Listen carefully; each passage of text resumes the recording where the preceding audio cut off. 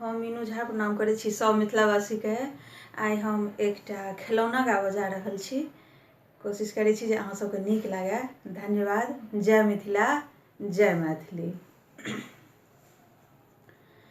पियबा जे कही गेल देश जाइ छी और परदेश जाइ छी रे। ललनार पियबा त भेलै परबोधि ननद ओ त चलि गेलै रे। ललनार पियबा त भेलै परबोधि ननद ओ त चलि गेलै रे। जँ हम जानी तँ ननदिया एतिया ओ रो ननदोसिया एतै रे। ललनार गली कुची रोपैतौं बगुरक काँट ननदिया के गाड़ी जेतै रे।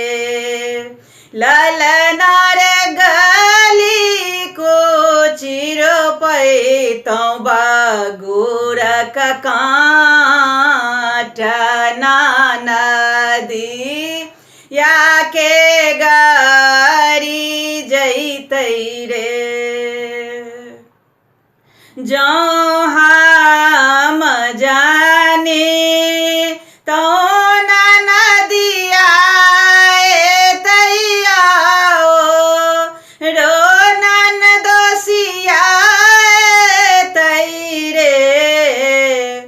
ललनार पहिने सँ पोसितौं झाँझी कुत्ता ननदिया पर होलकबितहुँ